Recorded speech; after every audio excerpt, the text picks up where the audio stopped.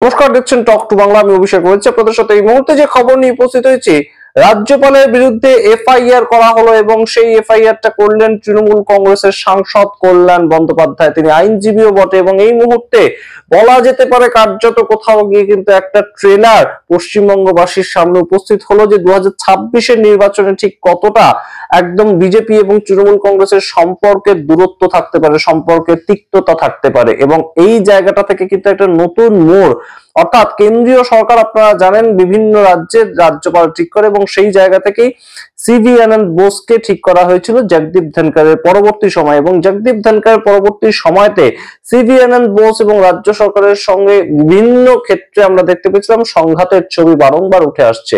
এবং বর্তমানে রিসেন্টলি একটা ঘটনা ঘটে যেটার প্রেক্ষিতে কল্যাণ বন্দ্যোপাধ্যায় তিনি ইঙ্গিত করেন যে রাজভবনে অস্ত্র লুকিয়ে রেখেছেন রাজ্যপাল এবং পশ্চিমবঙ্গে এবং দেশ বিরোধী বিভিন্ন কাজের সঙ্গে তিনি যুক্ত। এবং সেই জায়গা থেকেই একদম কল্যাণ বন্দ্যোপাধ্যায়ের এই চ্যালেঞ্জকে তিনি অ্যাকসেপ্ট করেন। কয়েকদিন আগে আমরা দেখতে পেয়েছিলাম বিভিন্ন মেইনস্ট্রিম মিডিয়াতে সেই খবর দেখানো হয়েছিল যে একদম রাজভবন খুলে দিয়েছেন রাজ্যপাল এবং সাধারণ মানুষের জন্য খুলে দিয়েছেন, সাংবাদিকদের জন্য খুলে দিয়েছেন এবং পুলিশ গিয়ে সেখানে সার্চ পর্যন্ত করেছে, এরকম ঘটনা হয়েছিল।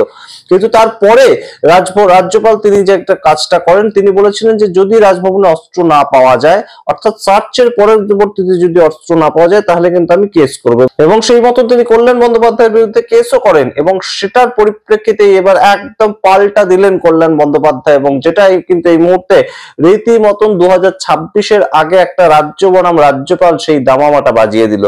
সমস্তটা বিস্তারিত ব্যাখ্যা করব, কি কি কেস কোন কোন ধারায় দেওয়া হয়েছে রাজ্যপালের বিরুদ্ধে, কোন থানায় সেটা রেজিস্টার করা হয়েছে, সমস্তটাই বলবো এবং সেই রেজিস্টারের কপিটাও দেখাবো। এফআইআর কপিটাও আমাদের কাছে এসে উপস্থিত হয়েছে, সেই কপিটা দেখাবো। অবশ্যই তার আগে টক টু বাংলা ইউটিউব চ্যানেলকে সাবস্ক্রাইব করে দিন, এই ভিডিও দেখুন শেষ অবধি স্কিপ না করে। আপনারা জানেন এই মুহূর্তে রাজ্য বনাম রাজ্যপাল সেই সংঘাতটা তুঙ্গে বহুদিন ধরেই, এবং সেটা শুধু আজকের জন্য নয়, এর আগের যিনি রাজ্যপাল ছিলেন জগদীপ ধনকর তার সময় থেকে বরঞ্চ। এবং জগদীপ ধনকর মূলত কিন্তু ভারতীয় জনতা পার্টি বা গুজরাট লবি তাদের একদম চোখে পড়েছিলেন সেই সময়টা থেকেই, যখন জগদীপ ধনকর পশ্চিমবঙ্গে থেকে পশ্চিমবঙ্গ সরকারের বিরুদ্ধে তীব্র থেকে তীব্রতর ভাষায় আন্দোলন করেছিলেন, কিংবা বলা যেতে পারে তার বিভিন্ন প্রতিক্রিয়া দিতেন। প্রত্যেক দিন একদম রীতিমতন রাজ্যপাল এবং রাজ্য সরকার তাদের মধ্যে একটা টাসেল চলতো। এবং সেই জায়গাটার থেকেই তার একদম উত্তরণ হয়, তিনি দেশের ভাইস প্রেসিডেন্ট হিসেবে নির্বাচিত হন। কিন্তু সেখানে গিয়েও তিনি একই কাজ করতে শুরু করেন। তিনি সেখানে কেন্দ্রীয় সরকার তাদের সমালোচনা করতে শুরু করেন, শিবরাজ সিং চৌহান তার সমালোচনা করতে শুরু করেন কৃষিমন্ত্রী হিসেবে, এবং যার জন্য অনেকেই বলেন তাকে সরে যেতে হলো তার পদ থেকে। এই যে জগদীপ ধনকর, তার পরবর্তীতেই তার পদে বসানো হয় সিভি আনন্দ বোস। তিনি প্রাক্তন আইএএস অফিসার, কেরালাতে ছিলেন পোস্টেড। এবং সেই সিভি আনন্দ বোস আসার পর থেকেও ছবিটা একই ধরনের থাকে। সেটা হতে পারে সন্দেশখালী গণ আন্দোলন, সেই সময় একই ছবি ছিল, এবং তার পরবর্তীতে আরজিকর আন্দোলন, সেই সময় একই ছবি ছিল। এবং বিভিন্ন প্রেক্ষিতে রাজ্য বনাম রাজ্যপাল একটা সংঘাত তৈরি হয়েই আছে। কিন্তু এবার যে ঘটনাটা ঘটলো সেটা খুব একটা কিন্তু সচরাচর দেখা যায় না, যে রাজ্যপাল তার বিরুদ্ধে একজন সাংসদ, পশ্চিমবঙ্গের সাংসদ, তিনি অভিযোগ করেছেন যে রাজ্যপাল রাজভবনে অস্ত্র শস্ত্র লুকিয়ে রেখেছেন এবং দেশ বিরোধী কাজের সঙ্গে তিনি যুক্ত কিংবা ষড়যন্ত্রের সঙ্গে যুক্ত। এবং এই প্রেক্ষিতে সরাসরি রাজ্যপালকে তিনি চ্যালেঞ্জ করেন সংবাদ মাধ্যমের থ্রু দিয়ে। এবং সেই প্রেক্ষিতে রাজ্যপাল সম্পূর্ণ রাজভবন খুলে দেয়। বিভিন্ন টিভি চ্যানেলে আমরা দেখেছি জার্নালিস্টরা গিয়ে সম্পূর্ণ রাজভবন ঘুরে দেখেছেন, এবং রাজ্যপালের যিনি আধিকারিক বা সহকারী তারা সমস্ত সাংবাদিকদের ঘুরিয়ে দেখিয়েছেন এরকম ঘটনা ঘটেছে, এবং পুলিশ পর্যন্ত রাজভবনে গিয়ে সার্চ করেছে। এই ঘটনাটা ঘটার পর রাজ্যপাল যে চ্যালেঞ্জটা দিয়েছিলেন, আমি সবার জন্য দ্বার খুলে দিলাম, রাজভবনের দ্বার খুলে দিলাম, এবং সবাই এসে দেখুক যে আমার এখানে পশ্চিমবঙ্গে রাজভবনে কোনো ধরনের অস্ত্র আছে কিনা, কিন্তু তা না যদি পাওয়া যায় তাহলে আমি কিন্তু কেস করব। এবং সেই অনুযায়ী তিনি কল্যাণ বন্দ্যোপাধ্যায়ের বিরুদ্ধে কেস করেন।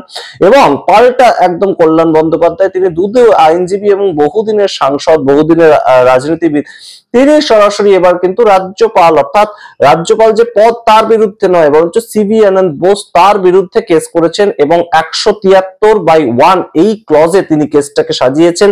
এবং তার আইনজীবী যে কথাটা বলেছিলেন যে একদম সরাসরি দেশ বিরোধী কাজ, অর্থাৎ দেশদ্রোহ, এই ধরনের একটা ধারা সরাসরি তার বিরুদ্ধে আনা হয়েছে। হেয়ার স্ট্রিট ধারা, আপনারা দেখতে পাচ্ছেন সেই এফআইআর এর কপি। এবং এই সংঘাতের যে ছবিটা উঠে এসেছে রাজ্যপাল বনাম একজন সাংসদ তাদের মধ্যে একটা যে সংঘাতের ছবি, সেটা কিন্তু কোথাও গিয়ে এই মুহূর্তে বেশ খানিকটা রাজনৈতিক পারদও চড়িয়েছে এবং ইতিমধ্যে সেটা নিয়ে কিন্তু সারা দেশ জুড়ে একটা চর্চা শুরু হয়েছে যে রাজ্যপাল তার সম্বন্ধে একটা এফআইআর পর্যন্ত রেজিস্টার হয়েছে। এখন পুলিশের অবস্থানটা ভাবুন, পুলিশ কল্যাণ বন্দ্যোপাধ্যায় তিনি তৃণমূল কংগ্রেসের সাংসদ এবং আইনজীবী, সেই জায়গা থেকে তিনি তার মতন এফআইআর করেছেন এবং সেই এফআইআরটা গ্রহণ করে পুলিশকে তো তার মতন তদন্ত করতেই হবে এবং পুলিশ আসে কিন্তু কলকাতা পুলিশ অবশ্যই পশ্চিমবঙ্গ সরকারের আন্ডারে, কিন্তু রাজ্যপাল সে তো একটা সাংবিধানিক প্রধান, তার বিরুদ্ধে গিয়ে কিংবা তাকে একদম প্রশ্ন করা বা বিভিন্ন ধরনের যেগুলো অভিযোগ উঠেছে সেগুলো নিয়ে তাকে তদন্তের আওতায় আনা, সেটাও কিন্তু পুলিশের কাছে বেশ একটা চাপের বিষয়। এটা কিন্তু একটা নতুন নজির সৃষ্টি হলো যে রাজ্যপাল তার বিরুদ্ধে শাসক দলের একজন এমপি তিনি সরাসরি একটা এফআইআর পর্যন্ত করলেন। অর্থাৎ ঠিক যে ঘটনাটা তামিলনাড়ুতে আমরা দেখতে পেয়েছিলাম যে রাজ্য বনাম রাজ্যপাল তাদের সংঘাতটাতে একদম সরাসরি সুপ্রিম কোর্টে পর্যন্ত চলে গেল বিষয়টা এবং সুপ্রিম কোর্ট থেকে এমন একটা রায় এলো যেখানে রাষ্ট্রপতি এবং রাজ্যপাল তাদের দুজনকেই ম্যান্ডামাস জারি করে দেওয়া হলো। সুপ্রিম কোর্ট বলে দিল যে 3 মাসের বেশি কোনো বিল ফেলে রাখা যাবে না। এই বিষয়গুলো আমরা দেখেছি, সেখানে রাজ্য সরকার বনাম রাজ্যপাল কেসটা ছিল, কিন্তু এখানে রাজ্য সরকার তাদের দলের থেকে একজন সাংসদ এই ঘটনাটা ঘটালেন এবং এই মুহূর্তে কিন্তু কোথাও গিয়ে 2026-এর আগে কেন্দ্রীয় সরকার তাদেরকে একটা ওয়ার্নিং কিংবা কেন্দ্রীয় সরকারের যে পরিচালিত দল রয়েছে পশ্চিমবঙ্গে বিজেপি, তাদেরকে কোথাও একটা ওয়ার্নিং বা বলা যেতে পারে একদম সরাসরি সামনাসামনি একটা চ্যালেঞ্জ করেই বসলেন কল্যাণ বন্দ্যোপাধ্যায়। এবার আমরা দেখবো যে এর পরিপ্রেক্ষিতে বিভিন্ন নেতা নেতৃত্বরা তারা কিছু বলছেন কিনা এবং অবশ্যই কেন্দ্রীয় স্তরে এই যে রাজ্যপাল সিবি আনন্দ বোস তিনি কোনো ধরনের কোনো চিঠি লিখছেন কিনা, অর্থাৎ রাষ্ট্রপতির কাছে তিনি কোনো চিঠি লিখছেন কিনা, সেটা অবশ্যই এই মুহূর্তে একটা নজির সৃষ্টি করবে যদি এরকম কোনো ঘটনা হয়। অলরেডি এই বিষয়টা যেটা ঘটেছে সেটাই একটা নজিরবিহীন ঘটনা এবং রাজ্যপাল তার বিরুদ্ধে একজন সিটিং রাজ্যপাল তার বিরুদ্ধে সেই রাজ্যের একজন এমপি কেস করছেন, এফআইআর করছেন, এটাই একটা নজিরবিহীন ঘটনা এবং রাজ্যপাল তার বাড়িতে একদম সরাসরি রীতিমতন পুলিশ গিয়ে খোঁজাখুঁজি করছে, তল্লাশি করছে, সেটাও অবশ্যই একটা নজিরবিহীন ঘটনা।